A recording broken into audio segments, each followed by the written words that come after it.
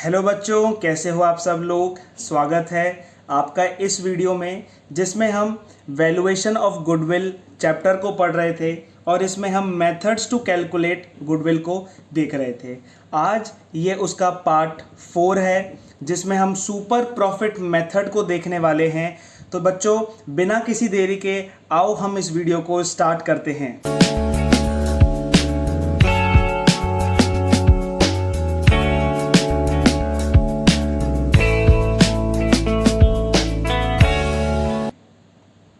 तो बच्चों, आज हम इस वीडियो में सुपर प्रॉफिट मेथड को पढ़ने वाले हैं और सुपर प्रॉफिट मेथड को पढ़कर हम गुडविल को कैलकुलेट करने वाले हैं। ठीक है, सुपर प्रॉफिट मेथड क्या होता है मैं आपको बता देता हूं। सुपर प्रॉफिट मेथड हम इसलिए यूज़ करते हैं जब किसी फर्म में एक्सेस अर्निंग हो रही हो उसके नॉर्मल प्रॉफिट में से। ठीक है, जब फर्म को क्या रहा हो, एक्सेस अर्निंग हो रही हो in comparison to average profit, यानी कि जो फर्म अर्न कर रही है वो ज़्यादा अर्न कर रही है जितना लोग अर्न करते हैं। ठीक है, फॉर एग्जांपल देखो, मैं आपको यहाँ से समझाता हूँ कि सुपर प्रॉफिट मेथड होता क्या है। मानो एक टीचर है, ठीक है, आपको पता है एक टीचर मंथ में 50,000 रुपीज़ कमा लेता है। ठीक है, जस्ट एक एग्जाम्पल मैं ले रहा हूँ यहाँ पे जिससे आपको ये है ना मेथड समझ में आए। मानो एक टीचर मंथ में 50,000 कमा लेता है, लेकिन एक टीचर है जो बहुत अच्छा टीचर है, वो मंथ में 1,00,000 रुपए कमा रहा है। एग्जाम्पल ले रहा हूँ मैं आपको। ठीक है, तो वो एक्सेस कितना कमा रहा है 50,000 रुपीज़ एक्सेस में कमा रहा है ना वो। तो ये 50,000 रुपीज़ ही उसकी गुडविल है। उस टीचर की गुडविल 50,000 रुपीज़ ही है, क्योंकि दूसरे टीचर्स को तो लोग 50,000 रुपये देकर अपने बच्चे को पढ़ा रहे हैं, लेकिन उस टीचर को लोग बाग 1,00,000 रुपये देने को तैयार हैं क्योंकि उसकी गुडविल अच्छी है और एक्सेस उसको नॉर्मल से एक्सेस मिल रहा है। तो वो जो एक्सेस है वो ही गुडविल है। देखो क्या लिख रखा है, excess earning of a firm in comparison to average profits. If no excess earning then no goodwill. अगर मान लो टीचर 1 को भी 50,000 मिल रहा है और टीचर 2 को भी 50,000 मिल रहा है, तो इनकी कोई गुडविल नहीं है ना। अगर देखा जाए इन दोनों के बीच में अगर अंतर देखा जाए तो कोई गुडविल नहीं है। ठीक है, अगर एक्सेस अर्निंग नहीं है कोई भी फर्म की तो उसकी कोई भी गुडविल नहीं है। इतना आप समझ के चलो। इनकी थ्योरी एग्जाम्स में नहीं पूछी जाती। ठीक है, मेथड्स पूछे जाते हैं, सॉल्यूशन पूछा जाता है एंड फॉर्मूला पूछे जाते हैं। ठीक है, तो बिना किसी देरी के हम सुपर प्रॉफिट मेथड की फॉर्मूला को देखते हैं। तो goodwill is equals to super profit multiply by number of years purchased. अब वापस इस पर ध्यान नहीं देना है क्योंकि ये क्वेश्चन में ही आपको कहीं ना कहीं मिल जाएगा। ठीक है, सुपर प्रॉफिट। अब ये सुपर प्रॉफिट क्या होता है? सुपर प्रॉफिट का मतलब और कुछ नहीं है, actual profit minus normal profit, यानी excess of actual profit over normal profit, यानी कि कितना प्रॉफिट फर्म एक्स्ट्रा कमा रही है उसके नॉर्मल प्रॉफिट से। अब नॉर्मल प्रॉफिट्स क्या होता है ये भी आपको क्वेश्चन में दे रखा होगा। जो एक्चुअल प्रॉफिट है ना, ये भी आपको क्वेश्चन में गिवन होगा। तो सर अगर सब कुछ ही क्वेश्चन में गिवन है तो हमको निकालना क्या है? आपको सिर्फ ये चीज़ निकालनी है हर क्वेश्चन में। आपको सिर्फ ये चीज़ निकालनी है हर क्वेश्चन के अंदर, आपको यही निकालना है। Normal profit is equals to capital employed multiply by normal rate of return upon 100। जो नॉर्मल रेट ऑफ रिटर्न है ये आपको क्वेश्चन में गिवन होगा, इसमें भी घबराने की कोई ज़रूरत नहीं है। ठीक है, कैपिटल एम्प्लॉयड भी आपको क्वेश्चन में गिवन होगी, ये भी आपको घबराने की ज़रूरत नहीं है, लेकिन आपको कैपिटल एम्प्लॉयड निकालनी पड़ेगी। ठीक है, आपको दिमाग लगा के निकालनी पड़ेगी। अब निकालते कैसे हैं कैपिटल एम्प्लॉयड को, मैं आपको सिखाता हूँ। देखो इस साइड देखो, कैपिटल एम्प्लॉयड को कैसे निकालते हैं। देखो कैपिटल एम्प्लॉयड होती क्या है, हमको पहले ये समझने की ज़रूरत है। ये मान लो अगर बैलेंस शीट है, ये बैलेंस शीट है, यहाँ पे लिखा होता है लाइबिलिटी, यहाँ पे लिखा होता है एसेट। ठीक है ना, यहाँ पे लिखा होता है लाइबिलिटी, यहाँ पे लिखा होता है एसेट। ठीक है, तो यहाँ पर आप थोड़ा देखना ना इसको।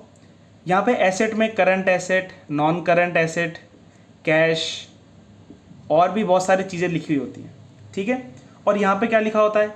कोई भी लाइबिलिटी क्रेडिटर्स को पे करना है, और यहाँ पे पार्टनर्स की या फिर फर्म की कैपिटल लिखी होती है।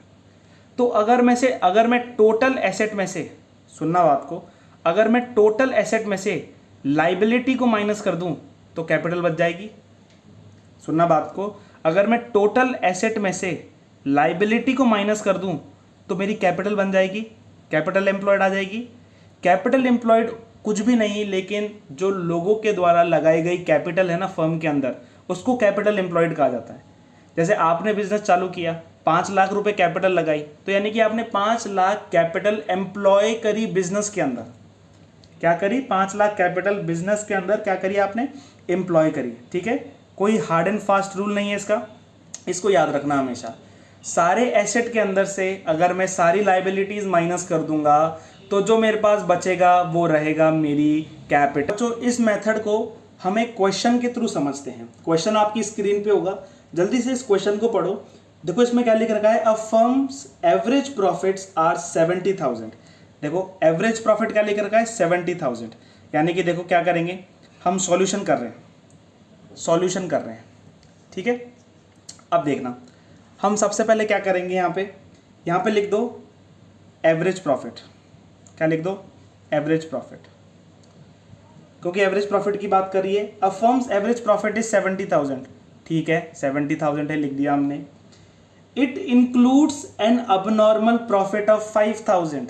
देखो इसमें क्या लिख रखा है कि इस प्रॉफिट के अंदर ही 5,000 रुपए का अबनॉर्मल इनकम है, अबनॉर्मल प्रॉफिट है। अब अबनॉर्मल प्रॉफिट को हम क्या करते हैं? अबनॉर्मल प्रॉफिट या अबनॉर्मल इनकम को हम क्या करते हैं? हम माइनस कर देते हैं। तो चुपचाप से माइनस कर दो, आंसर आ जाएगा 65,000। तो 65,000 क्या है? एवरेज प्रॉफिट है, एवरेज प्रॉफिट है। तो सुपर प्रॉफिट निकालने के लिए हमको क्या चाहिए होता है?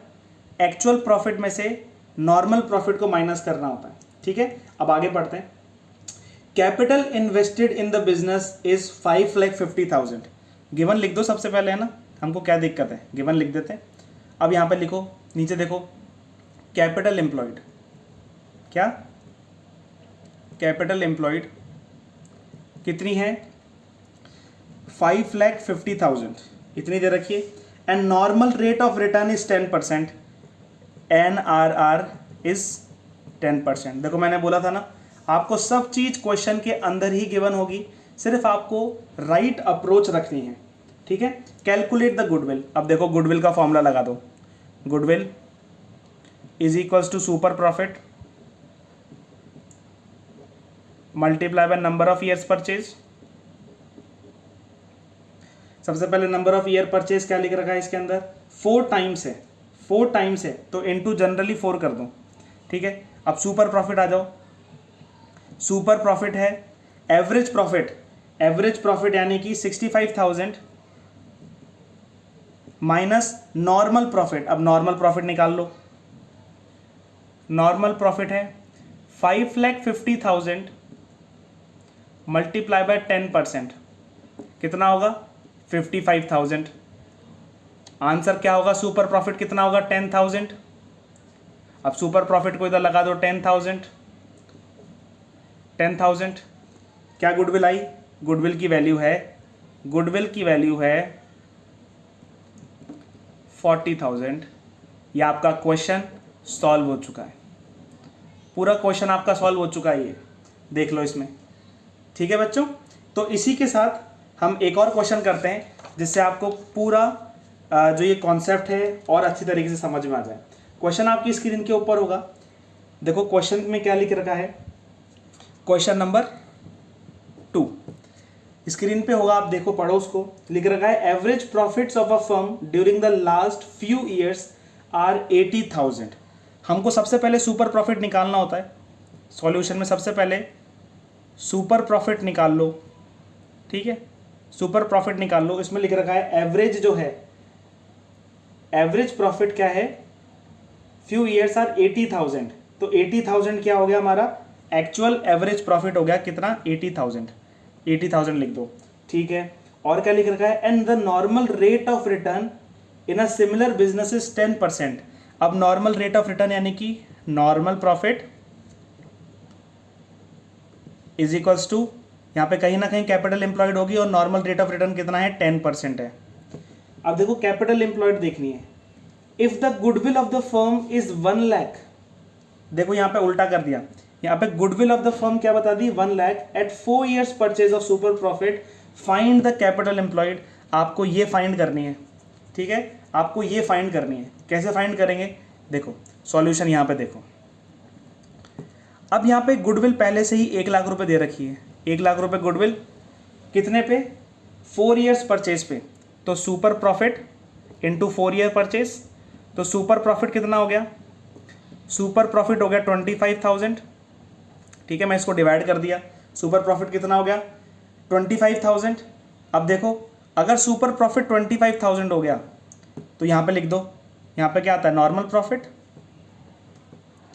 अब सुपर प्रॉफिट कितना है 25,000, एवरेज प्रॉफिट है 80,000 और ये मान लो x, तो x क्या होगा, x होगा, x इधर चला जाएगा और 25,000 इधर आ जाएगा, 80,000 माइनस 25,000 कितना होगा 55,000 हो जाएगा। तो ये क्या हो गया, नॉर्मल प्रॉफिट कितने हो गए 55,000। अगर नॉर्मल प्रॉफिट 55,000 हो गया, अब इसको कैपिटल एम्प्लॉयड को एक्स लेट कर लो, x इंटू 10%,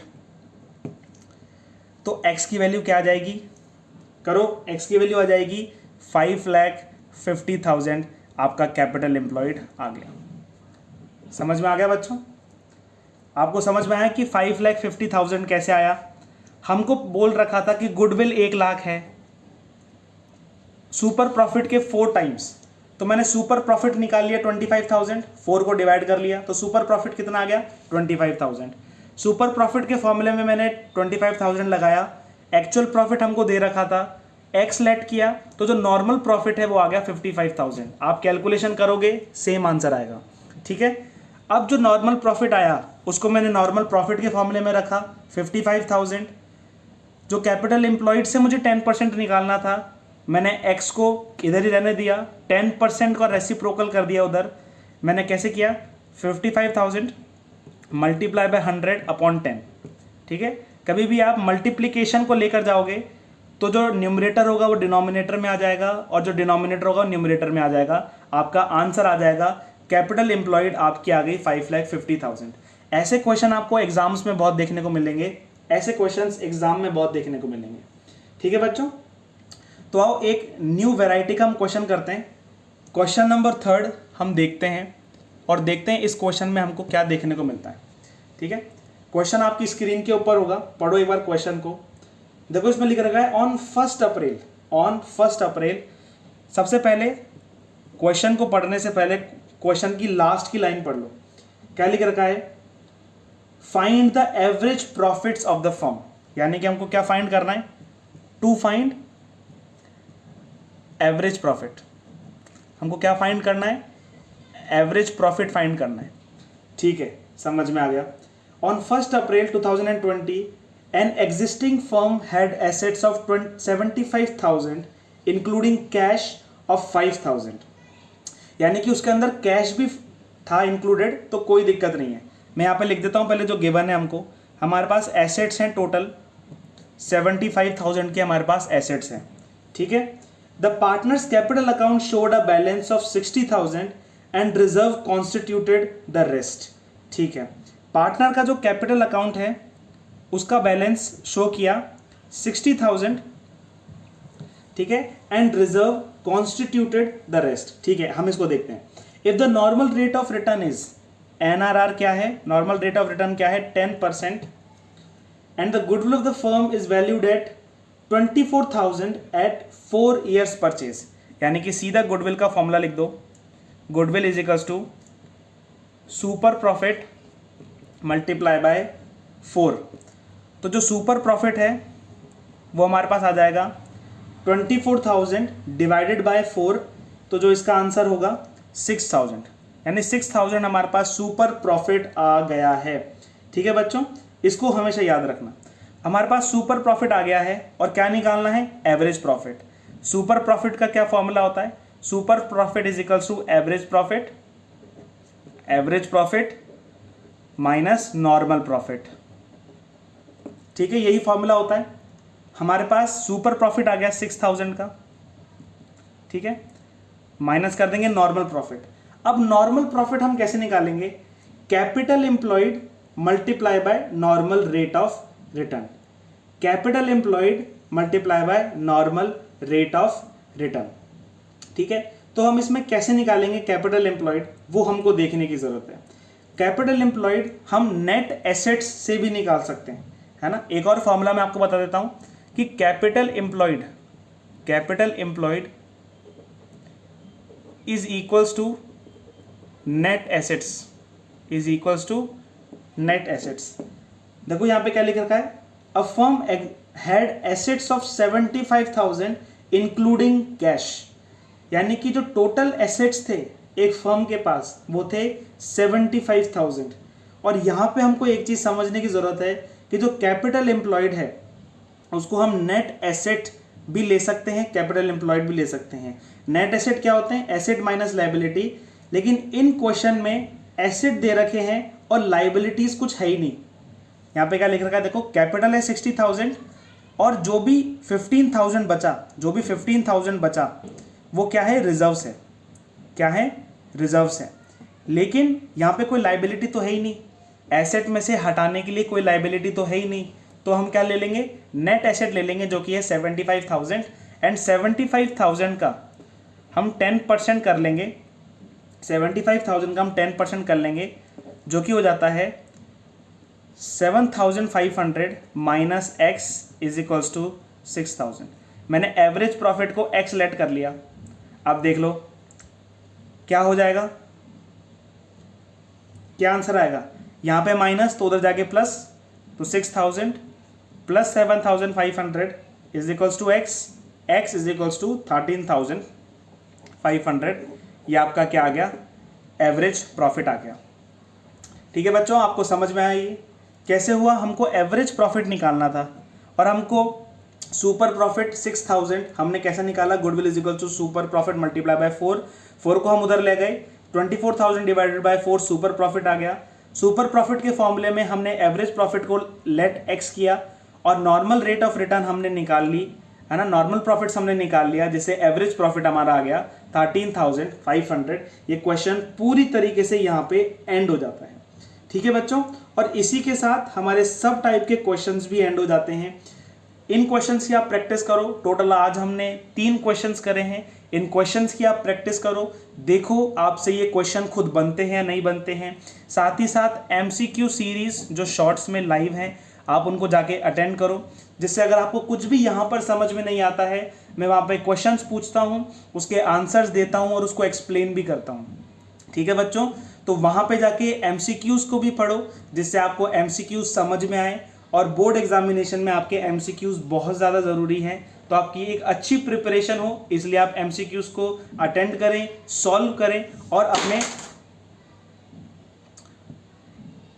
तो उनको अटेंड करें, आप सॉल्व करें। ठीक है बच्चों, जिससे आपकी प्रिपरेशन में कोई दिक्कत ना हो। मिलते हैं नेक्स्ट वीडियो में एक नेक्स्ट मेथड के साथ, एक नए मेथड के साथ। Till then keep learning. Thank you बच्चों।